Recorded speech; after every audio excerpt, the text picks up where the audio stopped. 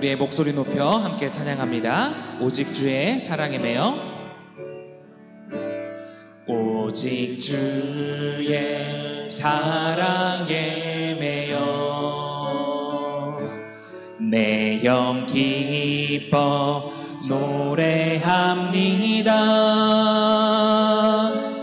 이 소망의 언덕 기쁨의 땅에서 주께 사랑드립니다. 오직 주의 임재 안에, 오직 주의 임재 안에 갇혀 내 영 기뻐 찬양합니다. 이 소명의 언덕 기쁨의 땅에서 주께 경배드립니다. 주께서 주신 모든 은혜 나는 말할 수 없네. 내 영혼 즐거이 주 따르렵니다. 주께 삶드립니다. 오직 주의 임재 안에, 오직 주의 임재 안에 갇혀 내 영 기뻐 찬양합니다. 이 소명의 언덕 거룩한 땅에서 주께 경배드립니다. 우리 함께 고백합니다. 주께서 주신 모든 은혜 나는 말할 수 없네. 내 영혼 즐거이 주 따르렵니다. 주께 내 삶 드립니다. 주께서 주신 모든 은혜 나는 말할 수 없네. 내 영혼 즐거이 주 따르렵니다. 주께 내 삶 드립니다. 내 영혼 즐거이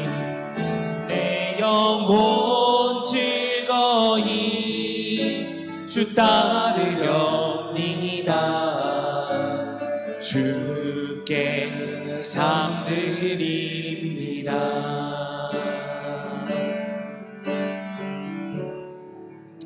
아멘.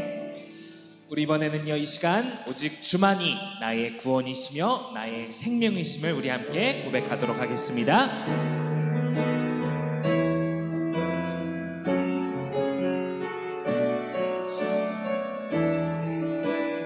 나의 영혼이 잠잠히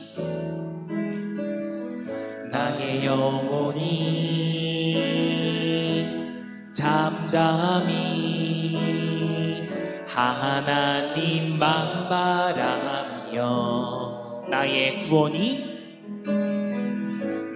구원이 그에게서 나는 도다. 나의 영혼아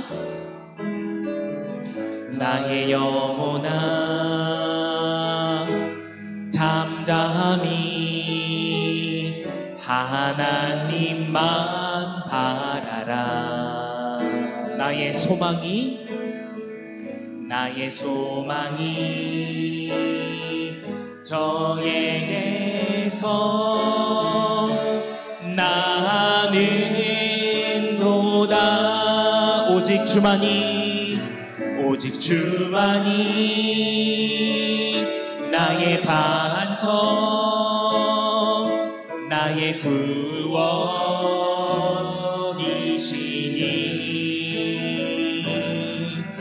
오직 주만이 나의 산성, 내가 요동치 아니하리. 오직 주만이, 오직 주만이 나의 반석, 나의 구원이시니 오직 주만이, 오직 주만이 나의 산석, 내가 요동치 아니하리. 나의 구원, 나의 구원, 나의 영광 하나님께 있으니 내 힘의 반석과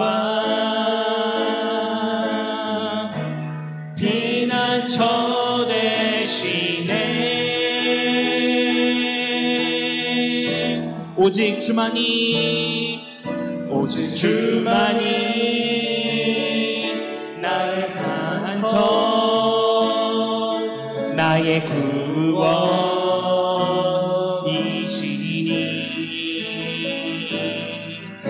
오직 주만이 나의 산성, 내가 요동치 아니하니. 나의 길 오직 그가, 나의 길 오직 그가 하시나니 나를 단련하신 후에 내가 정금같이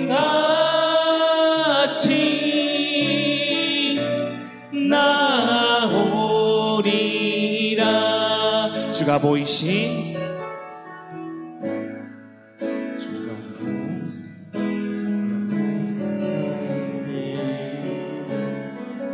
을 드리며 주님 앞에 나가리. 나의 의로움이 되신 주 그 이름 예수, 나의 길이 되신 이름 예수.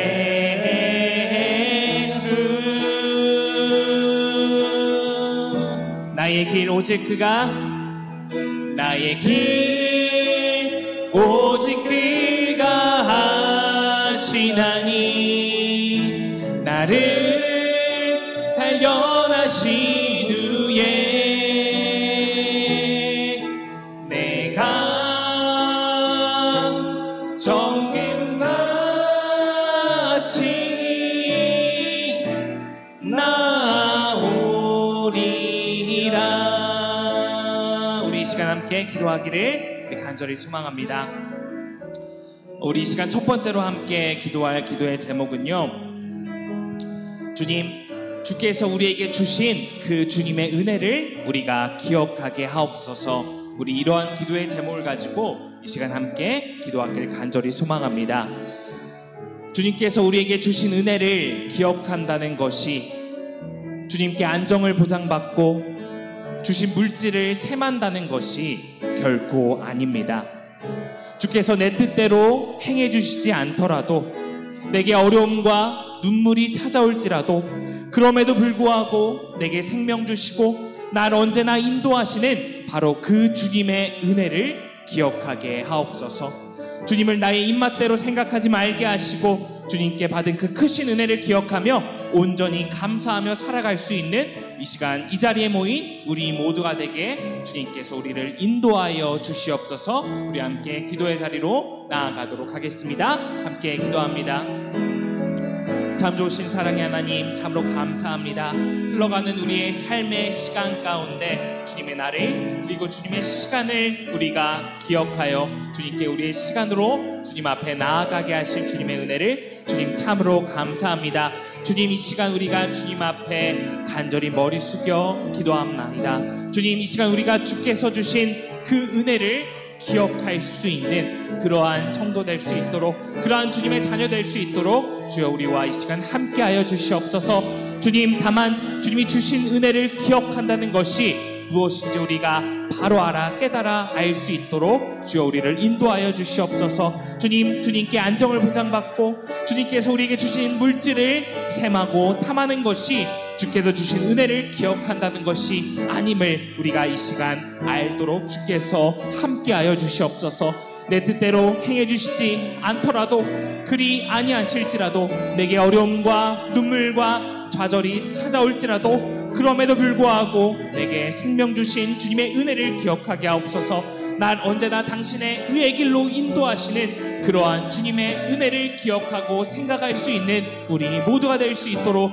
주께서 인도하여 주시옵소서. 우리가 살아가는 모든 시간들, 우리가 찬양하고 기도하는 그 모든 시간들, 한 주간의 우리의 모든 삶 가운데 늘 은혜로 충만케 함께 하시는 당신의 은혜와 생명의 기쁨을 우리가 온전히 알아 누리고 향유할 수 있는 그런 주님의 성도 될 수 있도록 이 시간 우리의 기도 가운데, 우리의 모임 가운데, 우리의 예배 가운데 주께서 함께하여 주시옵소서. 우리 시간 다시 한번 기도하길 소망합니다. 우리 이번에는요, 예수님의 사랑에 매일 수 있는 우리 성도 되게 하옵소서. 우리 이렇게 기도하면 좋겠습니다. 주님, 우리는 정말로 많은 것들에 매여서 살아갑니다. 돈에, 성공에, 명예에, 안정에 매여 우리의 모든 힘과 시간들을 투자하며 살아갑니다. 예수님의 사랑에 매인다고 그것들을 다 포기하고 현실에 아예 눈을 들이지 않고 살아가는 것은 아닙니다. 하지만 우리의 삶을 살아가면서도 그 가운데 아주 중요한 순간, 가장 필요한 순간 주님의 사랑에 매일 수 있는 바로 그러한 그리스도인 되게 주께서 인도하여 주시옵소서. 가장 중요한 순간 예수님의 마음을 따라, 예수님의 사랑에 따라, 예수님의 매여서 판단하고 따라가고 살아갈 수 있는 그런 창현교회 성도 될 수 있도록 주여 인도하여 주시옵소서. 우리 다시 한번 기도의 자리로 나아가도록 하겠습니다. 함께 기도합니다. 주님, 이 시간 다시 한번 성령 하나님의 말씀에 의지하여 다시 한번 기도의 자리로 나아갑니다. 주님, 우리가 예수님의 사랑에 매여 살아갈 수 있는 그러한 성도 되도록 주여 인도하여 주시옵소서. 주님, 우리가 한 주간 살아갈 때 우리는 너무나도 많은 것들에 매여 살아갑니다. 우리의 돈에, 우리의 성공에, 나의 명예에, 삶의 안정에 매여서 우리의 많은 시간과 힘과 노력들을 투자하며 그곳에 목매어 살아갑니다. 주님, 그리스도인이라고 하여서 그 모든 것들을 다 포기하고 교회 내에서만 살 수는 없습니다. 하지만 주님, 그리스도인들은요, 가장 중요한 순간, 우리의 삶을 살아가면서도 그 순간순간마다 가장 필요한 우리의 순간, 그 순간 가운데 바로 예수님의 사랑에 매일 수 있는 그러한 판단과 그러한 마음과 그러한 믿음을 가진 자들이 바로 예수님의 사랑에 매인 자들, 바로 주님을 그리스도라 고백하는 바로 우리의 숙명과 운명임을 깨달아 알 수 있도록 주여 인도하여 주시옵소서. 온전히 예수님의 사랑 가운데 매여 가장 중요한 순간과 그 시간들마다 주님의 뜻과 주님의 말씀과 주님의 선택과 주님의 사랑에 온전히 둘러싸여 삶을 살아갈 수 있는 이 시간 우리 모든 창현교회 성도 될 수 있도록 이 시간 성령 하나님이시여 우리와 함께하여 주시옵소서.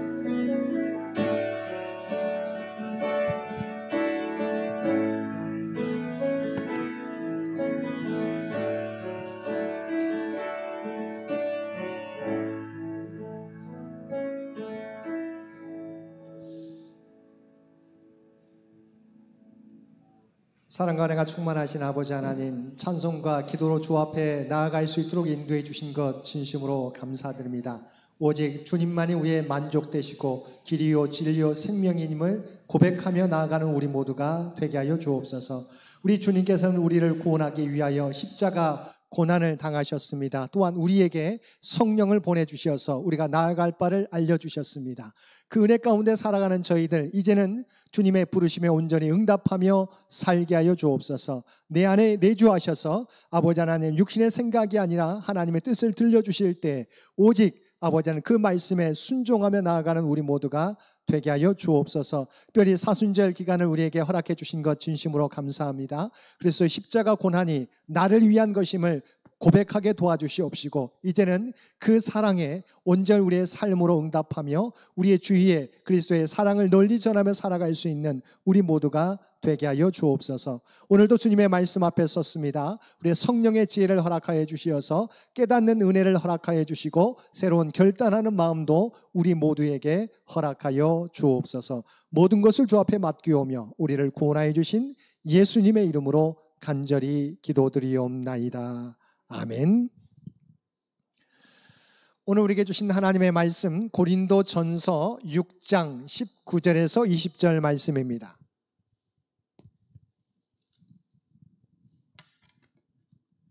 고린도전서 6장 19절에서 20절 말씀, 우리 한 목소리로 함께 19절과 20절 말씀 한 목소리로 함께 봉독하겠습니다. 너희 몸은 너희가 하나님께로부터 받은 바 너희 가운데 계신 성령의 전인 줄을 알지 못하느냐. 너희는 너희 자신의 것이 아니라 값으로 산 것이 되었으니 그런즉 너희 몸으로 하나님께 영광을 돌리라. 아멘. 오늘 이 예배를 위해서 우리 두보라 회원들 나오셔서 특송해 주시겠습니다.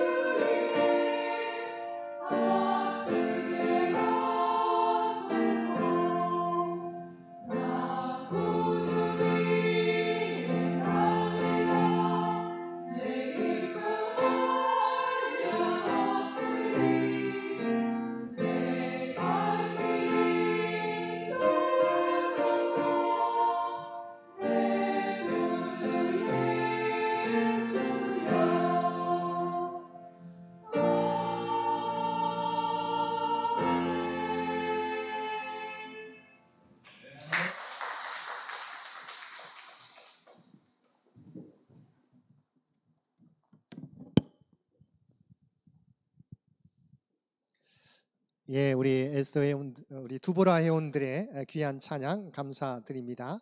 오늘 말씀은 우리가 고린도 전서의 말씀을 가지고 함께 은혜를 나누겠습니다. 우리가 항상 생각하게 될 때 우리 사도행전에 나오는 바울의 1차, 2차, 3차 전도 여행을 생각하면서 우리의 바울 서신을 보게 되면 좀 더 연결되는 부분들 우리가 이해할 수 있을 거라 생각합니다. 고린도 교회는 우리가 사실은 바울의 선교 여행 가운데 어떤 때 가장 중심적인 도시였습니까? 1차였습니까? 2차였습니까? 3차였습니까? 2차 전도 여행 때, 2차 전도 여행 때 중심적인 도시가 고린도였다고 하는 부분들을 기억하고 3차 전도 여행에서는 에베소가 되겠죠. 물론 에베소에서 고린도 3차 전도 여행 때 고린도 전후서를 썼지만 그러나 2차 전도 여행 때 중심지가 고린도, 3차 전도 여행에서는 에베소가 중심이어서 에베소에서 고린도로 편지를 보냈다. 이렇게 이해하시고 고린도서를 보면 될 것 같습니다. 자, 그러면 한번 고린도가 어떻게 위치해 있는지 한번 지도를 통해서 보겠습니다. 고린도는 이 펠로폰네소스 반도와 그리스도를 연결하는 이 연결 지점에 있습니다. 바로 이 지역에 있어서 실제적으로 펠로폰네소스 반도와 이 그리스도를 연결하는 바로 그 지점에 있고 또한 뭐예요? 이 지중해와 에게해를 연결하는, 그래서 왼쪽 서쪽으로는 지중해 이탈리아를 향해서 나아갈 수 있고 엥그레와 항구를 통해서 에게해와 아시아 쪽으로 나갈 수 있는 중심 도시입니다. 우리가 알다시피, 그래서 넘기겠습니다. 그래서 이런 중심 도시였기 때문에 그리스에서 가장 활발한 상업 중심지죠. 왜냐하면 연결하는 부분들 항구로 동서로 이동할 수 있는 곳이기 때문에, 그 다음에 가장 물질적으로 번영을 누린 도시가 바로 고린도였다라고 하는 거죠. 특별히 고린도는 고린도 운하가 있는데 저도 자료를 통해서 알게 됐는데 세계 3대 운하 중 하나, 파나마, 수에즈 운하와 함께 지금도 고린도 운하가 세계 3대 운하에서 절경을 이루고 있다고 하는 것이죠. 고린도는 바로 이쪽으로 이오니아해로 나갈 수 있는, 이탈리아로 향할 수 있고, 그래서 지중해, 그래서 레카리온 항구가 이 서쪽에 있어서 바로 지중해 쪽으로 나갈 수 있고요. 이 갱그리아 항구는 에게해 쪽으로도 나갈 수 있고 에베소 쪽으로, 아시아 쪽으로 나갈 수 있는, 그러니까 우리가 서쪽으로 중심적인 이탈리아 또는 아시아로도 함께 갈 수 있는 중요한 지점에 바로 고린도가 위치하고 있다고 하는 것이죠. 고린도 이 지역의 1세기 중엽에 우리가 형성됐다고, 더 발전했다고 나와 있는데요. 그러니까 해방된 노예들 또는 퇴역 군인들 또한 상인들, 무역상들이 함께 모여서 형성된 신흥 도시, 넘기겠습니다. 신흥 활기 넘치는 다양한 인종들이 모여서 신흥 도시의 모습을 띠고 있었다라고 하는 것이죠. 그래서 물질적으로 사치스러움이 넘치는 도시가 고린도 지역이었다고 하는 것이죠.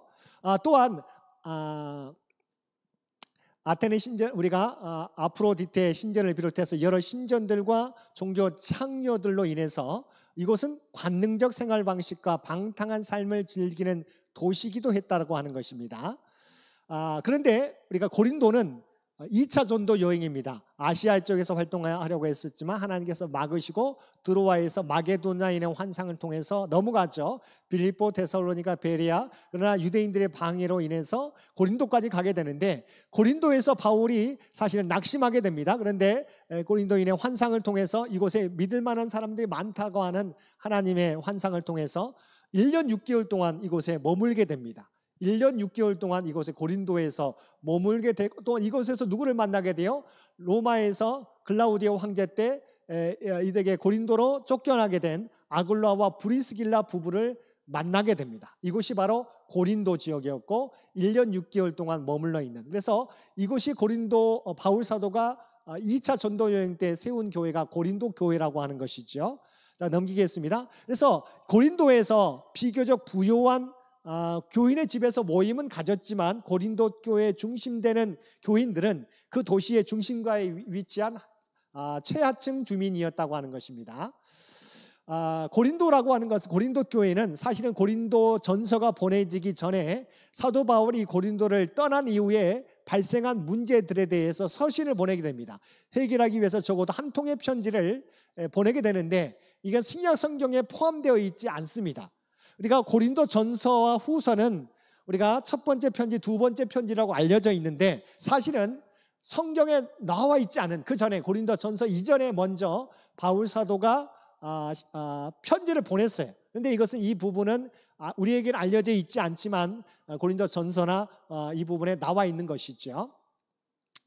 그 다음에 실제적으로 바울 사도는 여러 교회를 개척도 하고 있었기 순회도 하기 때문에 에베소에서 편지를 통해서 고린도의 교회에 목회를 하고 있었는데, 우리가 잘 알고 있는 것처럼 제3차 전도 여행 때 에베소에서 고린도에 주 54년, 55년경에 보낸 편지가 고린도 전서다라고 하는 것이죠. 제3차 선교 여행 때 에베소에서 고린도로 보낸 편지가 우리가 고린도 전서다.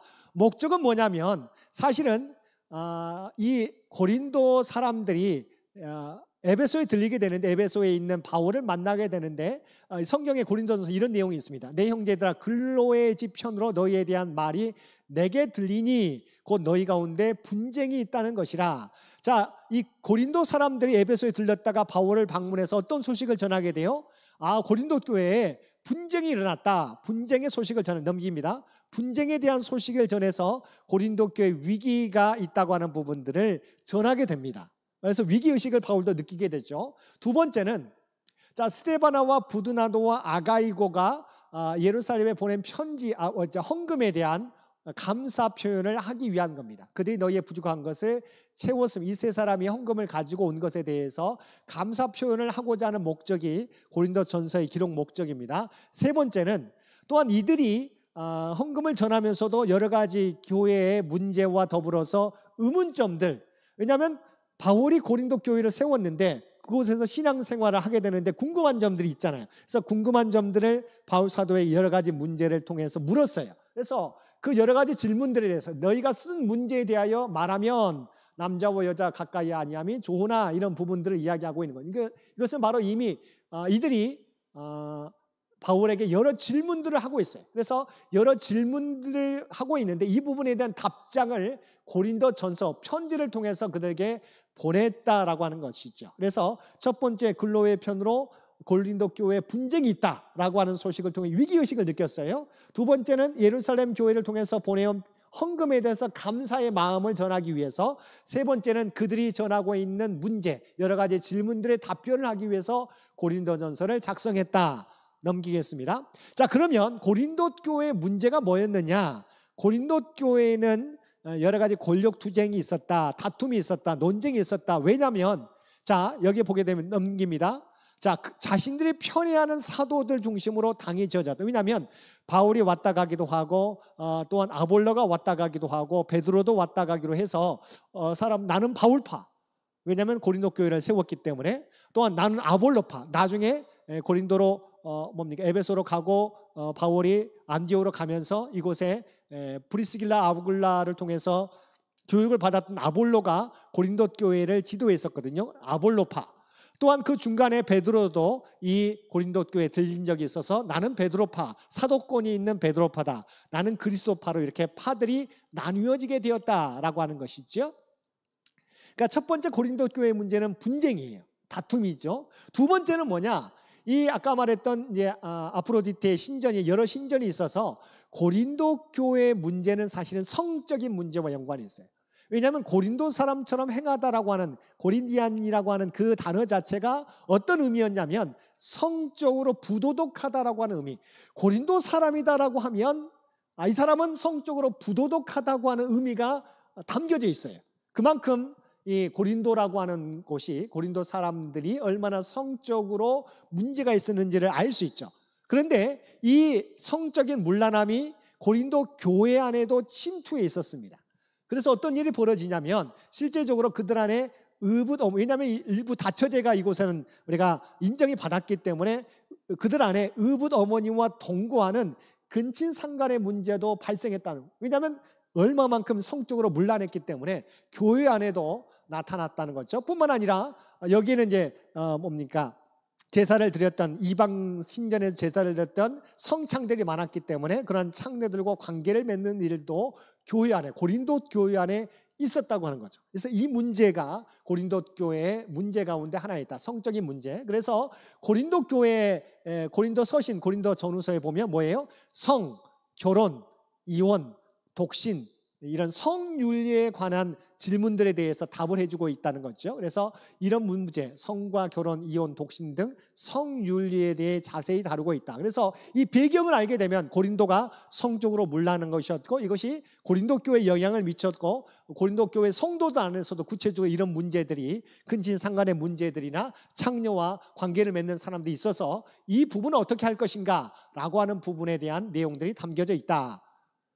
또한 고린도 교회의 문제는 뭐냐면 교인들 간의 분쟁이 일어나요. 그런데 분쟁을 교회 안에서 해소하지 못하고 이것을 어디로 가져갑니까? 이방인 법정에 가져가는 거예요.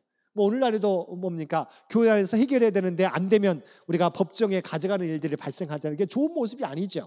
그래서 고린도 교회의 문제가 성도들 간의 이런 소송에 분쟁이 있었을 때 이것을 자체적으로 해결하지 않고 이방인 법정에 문제를 가지고 갔다 소송하게 된 문제도 있었다. 두 번째는 아까 말했던 이방 신전이 있어서 넘깁니다. 이런 이방 신전에서 드렸던 재물들을 이제 시장에 나와서 팔게 되는데 이 재물을 먹을 것인가 말 것인가에 대한 문제도 언제든지 고린도 교회에서도 있었다고 하는 것이죠.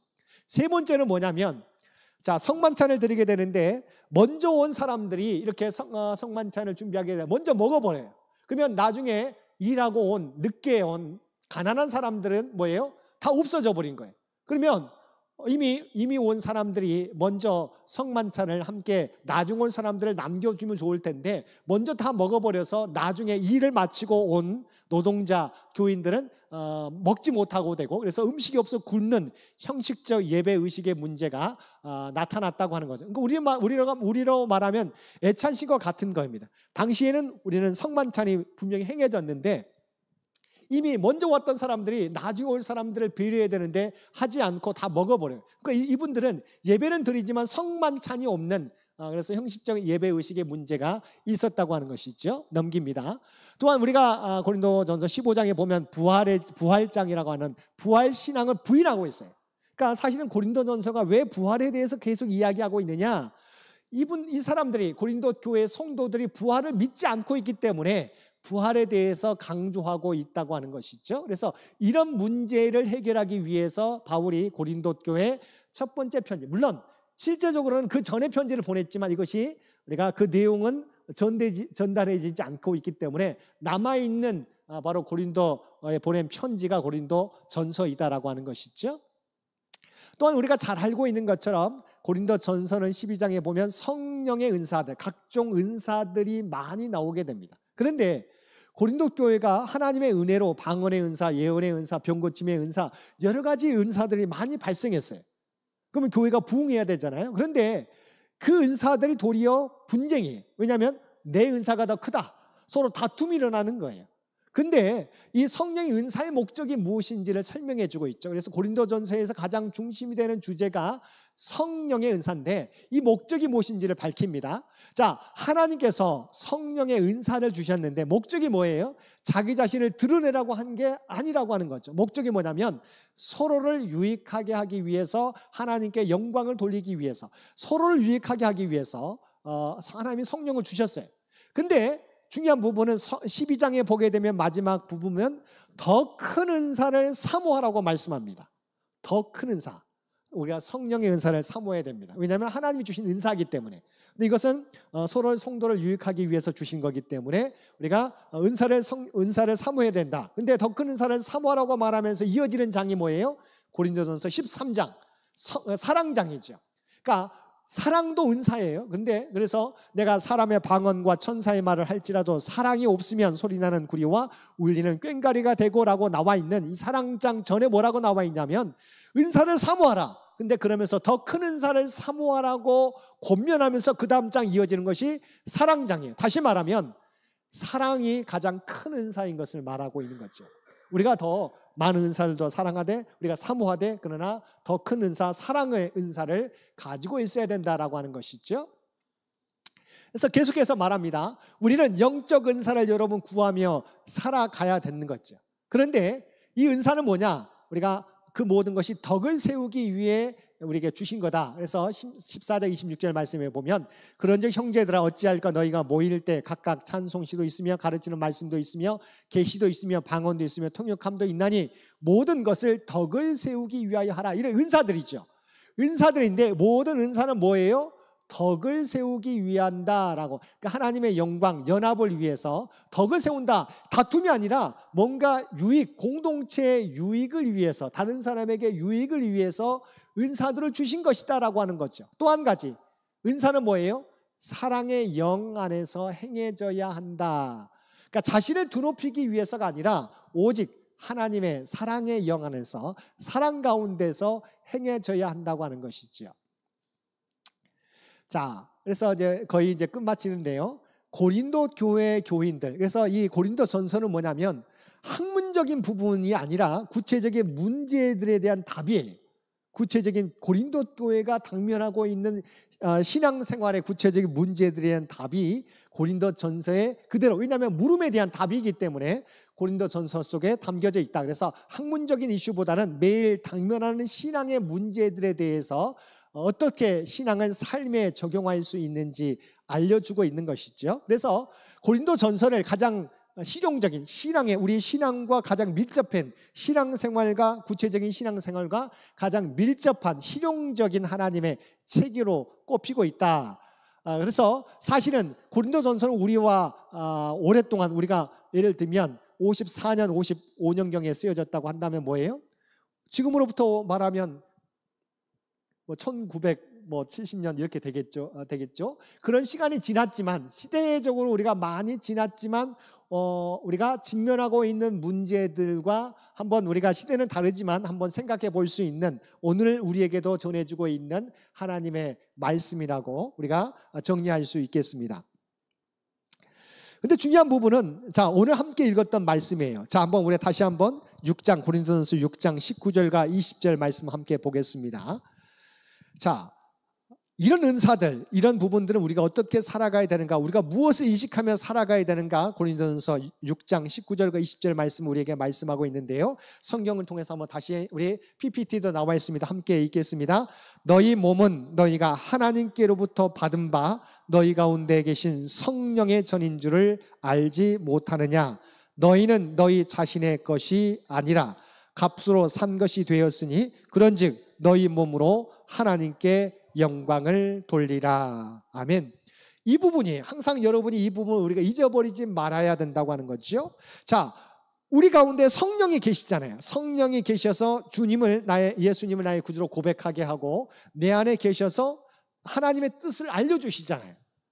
우리가 무엇인가를 딱 문제가 닥치면 이 문제를 어떻게 할까? 세상적인 방법도 있잖아요. 편한 길도 있습니다. 그렇지만 내 성령 안에서 뭐예요? 하나님의 말씀을 생각나게 하시고, 편한 길이 아니라, 세상의 방법이 아니라 하나님의 방법으로 우리를 인도하세요. 그럴 때 우리는 뭐예요? 내가 성령이 거하고 있는 하나님의 전이구나 하는 것을 깨닫고, 무엇을 위해서? 내 영광이 아니라 하나님의 영광. 그래서 오늘 본문에서도 값으로 산 것이 되었으니 그런즉 너희 몸으로 하나님께 영광을 돌리라. 이게 고린도 교회에 전해주고 있는 말씀인데, 동일하게 저와 여러분에게도 전해주고 있는 말씀이죠. 왜냐하면, 자, 우리는 주님께서 우리의 죄값을 대신 갚아주셨잖아요. 우리는 원래 죽을 몸이에요. 네가 심판받아 죄의 값은, 죄의 싹은 사망이다라고 하는 이 말씀은 죄의 대가가 뭐냐, 죄의 결과는 뭐냐. 우리는 모두가 모든 사람이 죄를 범하였으면 하나님의 영광이 이르지 못하는 존재, 결과적으로 사망과 죽음의, 죄와 사망의 법 안에, 권세 안에 놓여있는 존재. 근데 우리가 주님께서 십자가를 통해서 우리를 구원해 주셨잖아요. 우리 것은 내 인생이 아니죠. 주님의 것이죠. 그래서 주님의 영광을 위해서 살아가야 된다. 그래서 갈라디아서 2장 20절, 이제 내가 사는 것이 아니라 내 안에 그리스도께서 산다고 고백하고 있지 않습니까? 이 고백이 저와 여러분이 고백이 돼야 되는데, 그것을 살기 위해서 어떻게 해야 돼요? 자, 내가 성령의 전이 머물고 있는 곳이구나. 내가 내 안에 성령께서 머무시는 성령의 전이구나. 그래서 내 인생은 나의 영광이 아니라, 내 뜻이 아니라 하나님의 영광과 하나님의 뜻을 나타내는 삶을 살아가야 된다는 결단이 우리 가운데 있어야 된다고 하는 것이죠. 사실 우리가 세상 가운데 살아가지만 뭐예요? 우리의 삶이 신앙이 교회 공동체 안에서만 머물 때가 있는 거죠. 그래서 우리의 신앙은 뭐예요? 교회 안에서 모이는 공동체로서 예배에서 하나님의 성령의 은사를 우리가 경험하고 더 충만해지는 거죠. 근데 교회 마치고 나가서는 끝이 아닌 거죠. 이제 흩어지는 교회로서 우리의 삶의 자리에 가서 받은 은혜를 이제 온전히 전하며 살아가야 되는 것이지요. 그래서 우리의 삶이 신앙이다. 교회 안에서의 예배만이 아니라, 예배 시간에 드리는 예배만이 우리의 예배가 아니라 우리의 삶으로 드려지는 예배여야 된다라고 성경은 말씀하고 있죠. 그러니까 이것을 잊지 않으면 그래도 우리의 사회가 변화되지 않을까, 또한 우리의 삶이 좀 더 그리스도의 모습을 닮아가지 않을까 생각합니다. 계속해서 우리가 사순절 5째 주일을 보내고 있어요. 이제 다음 주면 종료주일입니다. 벌써 사순절이 5주간이 지나고 종료주일, 그러면 고난주간이죠. 이제 부활주일이 2주 앞으로 다가와 있습니다. 이 사순절을 통해서 우리가 과연 우리가 어떤 믿음의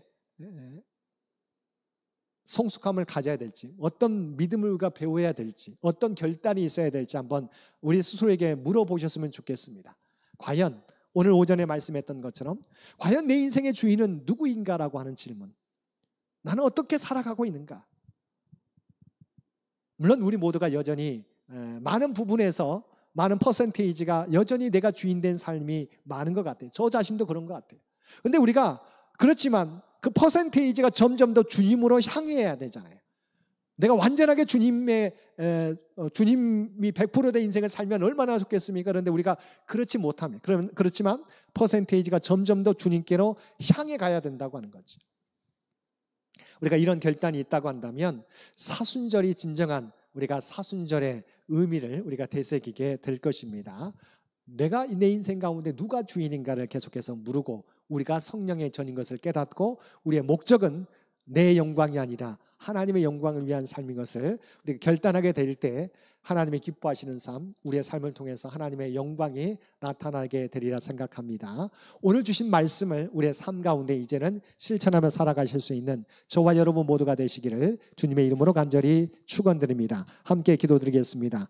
사랑과 은혜가 충만하신 아버지 하나님, 우리에게 주신 말씀을 통해서 우리가 주님의 십자가 은혜로 값으로 산 아버지 하나님 존재인 것을 깨닫게 해주시니 진심으로 감사합니다. 우리 존재가 또한 성령을 모신 성령의 전인 것도 깨닫게 해주셨으니 진심으로 감사합니다. 이제는 내가 주인된 삶이 아니라 주님이 주인 되시는 삶을 살아갈 수 있도록 주여 도와주옵소서. 또한 나의 영광이 아니라 하나님의 영광을 드러내는 우리 모두가 되게 하여 주옵소서. 이곳이 이러한 우리의 사고와 이러한 믿음의 고백이 예배당에서뿐만 아니라 우리의 구체적인 삶의 현장에서 고백되어지게 하여 주시옵소서. 그리하여 우리의 삶으로 드리는 예배를 날마다 행함으로 말미암아 그리스도의 아름다운 향기를 날마다 전하며 살아가는 우리 모두가 되게 하여 주옵소서. 이 모든 간구 우리를 구원하여 주신 예수님의 이름으로 간절히 기도드리옵나이다.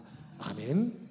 우리 다 함께 찬송 450장 함께 찬송 부르시겠습니다.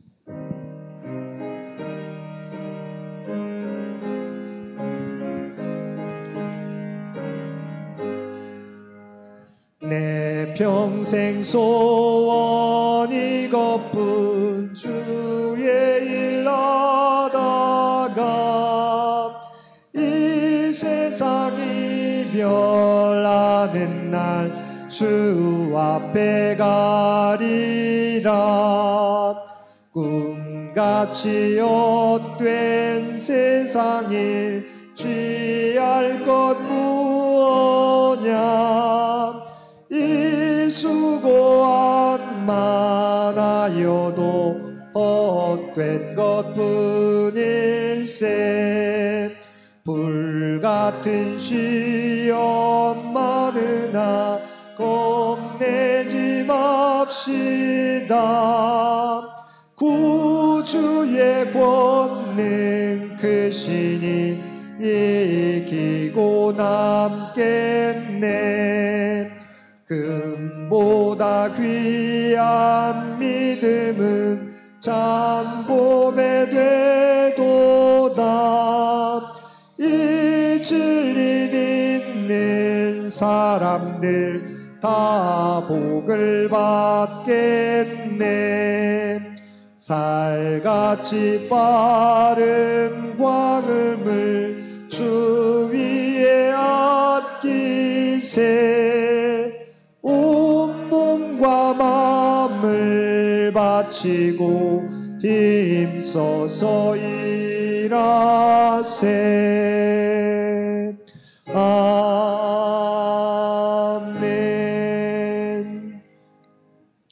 이제는 우리 주 예수 그리스도의 은혜와 아버지 하나님의 만극하신 사랑하심과 성령님의 우리와 늘 함께 하시며 세상 끝날까지 우리를 동행하시며 인도하시는 놀라운 교통의 역사가 오늘 주신 말씀을 따라 우리가 성령을 모신 성령의 전인 것을 깨닫고 이제는 내 뜻을 주장하는 삶이 아니라 하나님의 영광을 위한 삶을 살아가겠노라고 결단하며 세상 가운데 나아가는 사랑하는 주의 백성들과 그의 가정과 산업의 터전 위에 이제로부터 영원토록 함께 해주시기를 우리 주 예수님의 이름으로 간절히 축원하옵나이다.